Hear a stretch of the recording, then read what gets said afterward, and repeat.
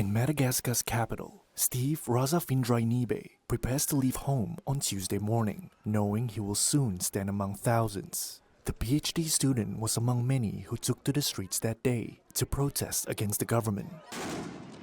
Security forces fired tear gas to disperse hundreds of young protesters in Antananarivo on Tuesday. The unrest, which began last week, continued as protesters denounced the government over persistent power and water shortages. The demonstrations are the biggest unrest since Madagascar President Andry Rajoelina's 2023 re-election. On Monday, he tried to ease tensions by dissolving the government and promising to support businesses hit by looting, saying he wanted to open talks with young people.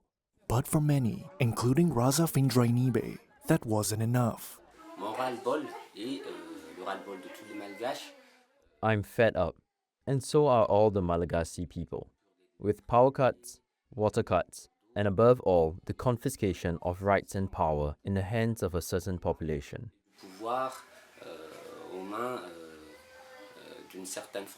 I think that as citizens, we have a duty to demonstrate.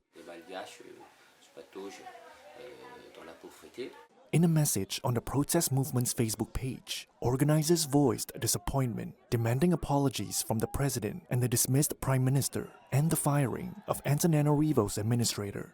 The United Nations says the protests have left at least 22 dead and more than 100 injured.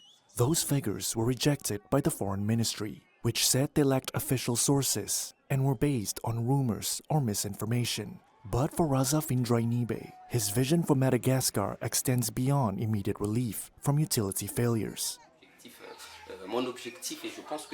Changing the system means setting up truly democratic institutions, not institutions that are used as a tool of repression and domination. We're looking for a Malagasy democratic value system, and that's the objective that drives us. A government spokesperson did not immediately respond to a request for comment on Tuesday's protests. Madagascar President Andry Rajoelina said on Monday he was dissolving the government following deadly youth-led protests over water and power cuts. Maybe we haven't met the needs you aspired to, or even listened to the cries and fears you experienced, he said in a speech on state broadcaster TVM. The United Nations says more than 20 people have been killed and more than 100 injured in 3 days of demonstrations, the largest the Indian Ocean island has seen in years. Police fired tear gas to disperse crowds on Monday after authorities declared a dusk-to-dawn curfew last week.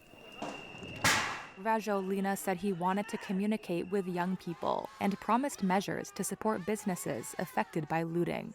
Inspired by the so-called Gen Z protests in Kenya and Nepal, the demonstrations are the most serious challenge Rajoelina has faced since his re-election in 2023. Madagascar is mired in poverty, and many blame Rajoelina for not improving conditions. He first came to power in a 2009 coup. Before stepping down in 2014, he became president again after winning an election in 2018. He secured a third term in a December 2023 poll that his challenger said was marred by irregularities.